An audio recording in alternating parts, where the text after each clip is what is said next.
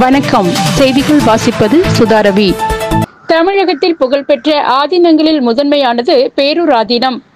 இந்த ஆதீனத்தின் 24ஆம் குருமகா தினம் சாந்தலிங்க ராமசாமி அடிகளார் மற்றும் RSS அமைப்பின் நூற்றாண்டு விழா பேரூர் ஆதீன வளாகத்தில் 23ஆம் தேதி நடைபெறும் என்றும், அன்று பாரம்பரிய சிவவேள்வி பூஜையில் RSS அமைப்பின் தலைவர் மோகன் பகவத் கலந்து கொள்கிறார் என்று கோவை பிரஸ் கிளப்பில் நடைபெற்ற பத்திரிகையாளர் சந்திப்பில் பேரூர் ஆதீனம் மருதாச்சல அடிகளார் மற்றும் சிறுவை ஆதீனம் குமரகுருபர அடிகளார் செய்தியாளர்களிடம் தெரிவித்தனர்.